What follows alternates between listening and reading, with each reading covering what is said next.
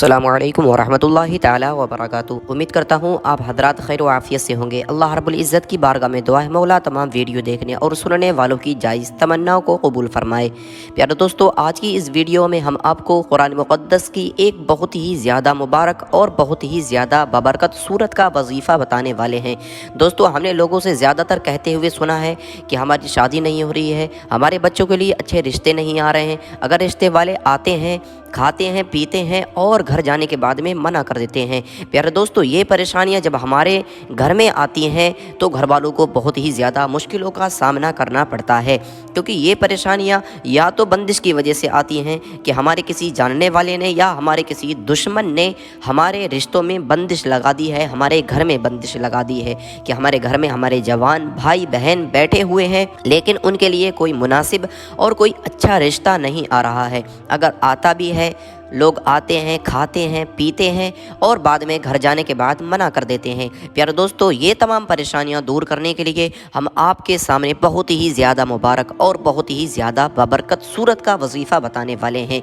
ये वजीफ़ा किसी की ज़बान से सुना हुआ नहीं, बल्कि कुरान मुक़द्दस की एक मुबारक और बबरकत सूरत का वजीफ़ा है। ये वजीफ़ा करने में आपको चंद मिनट लगेंगे, लेकिन ये चंद मिनट आपकी ज़िंदगी बदल के रख देंगे। ये चंद मिनट आपकी ज़िंदगी से तमाम परेशानियों को दूर कर देंगे। ये चंद मिनट आपकी ज़िंदगी से हर मुसीबत को दूर कर देंगे। प्यारे दोस्तों, ये वजीफ़ा बहुत ही ज़्यादा मुबारक और बहुत सारे लोगों का आजमाया हुआ वजीफ़ा है। हमने जिसको भी ये वजीफ़ा बताया है और जब उसने इस वजीफ़े को किया है तो उसने हमें यही बताया है कि आपका वजीफ़ा करने के बाद हमने बहुत ज़्यादा परेशानियों से छुटकारा पा लिया, हमें बहुत ज़्यादा मुश्किलों से हमने छुटकारा पा लिया है और हमारे घर में रिश्ते नहीं आते थे, तो आज अल्लाह रब्बुल इज़्ज़त ने हमारे घर में बेहतर और मुनासिब रिश्ते हमें अता फरमा दिए और हमारे घर में सबकी शादियां हो गई हैं।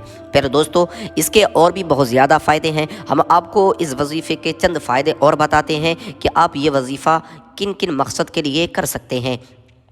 पहला मकसद तो यही है कि अगर आपके घर में शादी नहीं हो रही है, किसी के लिए बेहतर रिश्ता नहीं आ रहा है, तो आप ये वजीफ़ा शादी के लिए भी कर सकते हैं। दूसरा, अगर आपके घर में कोई बेरोज़गार है, जिसे कोई अच्छी जॉब नहीं मिल रही है, जिसे कोई बेहतरीन काम नहीं मिल रहा है, तो आप ये वजीफ़ा काम के लिए भी कर सकते हैं। इंशाअल्लाह आपको कामयाबी हासिल होगी। तीसरा, अगर आपका दुश्मन है जो आपको नुकसान पहुंचाता है या आपको डर है कि वो आपको तकलीफ़ देगा, तो आप उससे छुटकारा पाने के लिए भी इस वजीफ़े को कर सकते हैं। इंशाअल्लाह अल्लाह रब्बुल इज़्ज़त आपको इससे भी कामयाबी अता फरमाएगा।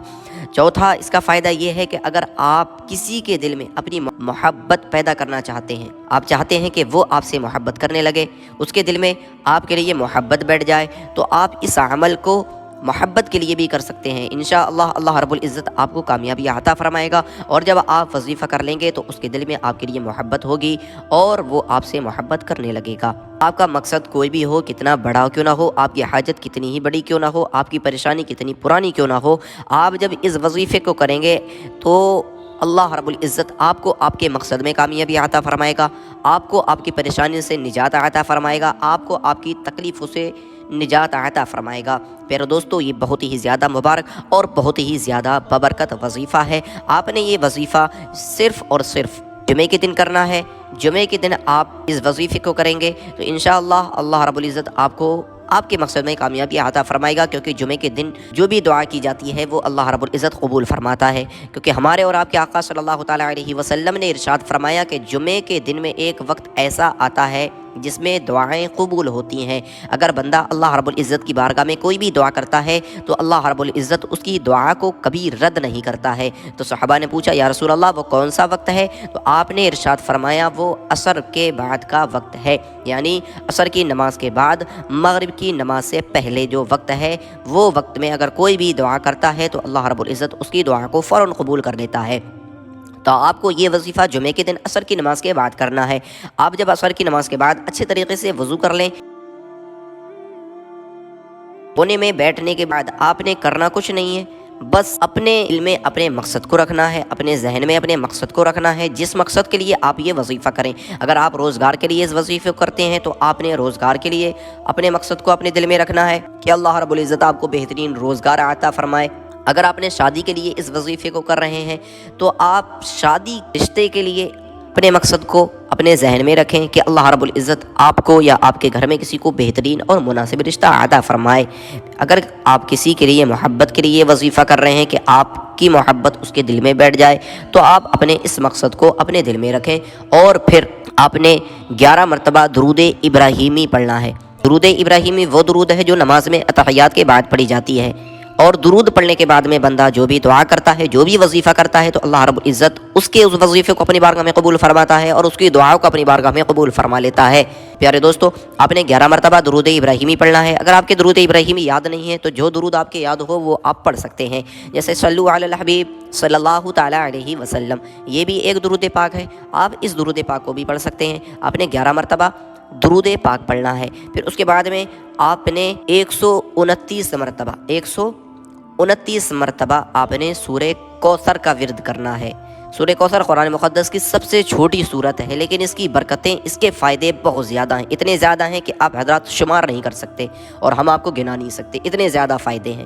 آپ نے 129 مرتبہ سورہ کوثر کا ورد کرنا ہے۔ ہم آپ کو پڑھ کے سنا دیتے ہیں کہ آپ نے کس طریقے سے سورہ کوثر کو پڑھنا ہے۔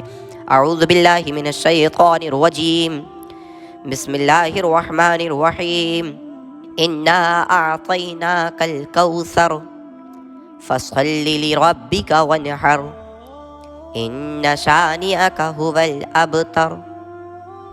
آپ نے اس طریقے سے سورہ کوثر کا ورد کرنا ہے، اور یاد رکھیں آپ نے ہر مرتبہ سورت کے شروع میں بسم اللہ شریف کو ضرور پڑھنا ہے۔ ایک مرتبہ آپ نے سورت پڑھی، جب شروع کریں گے دوسری مرتبہ تو پہلے بسم اللہ شریف، پھر اس کے بعد میں سورت کو پڑھنا ہے۔ 129 مرتبہ آپ نے سورہ کوثر کو پڑھنا ہے، پھر اس کے بعد میں 11 مرتبہ وہی درود پاک پڑھنا ہے جو آپ نے شروع میں پڑھی تھی۔ وہ درود پاک پڑھنے کے بعد میں آپ نے اپنے ہاتھوں پہ دم کرنا ہے۔ ہاتھوں پہ دم کرنے کے بعد پھونک مارنی ہے، اور اپنے ہاتھوں کو اپنے سارے جسم پر پھیر لینا ہے جہاں تک آپ کے ہاتھ پہنچے۔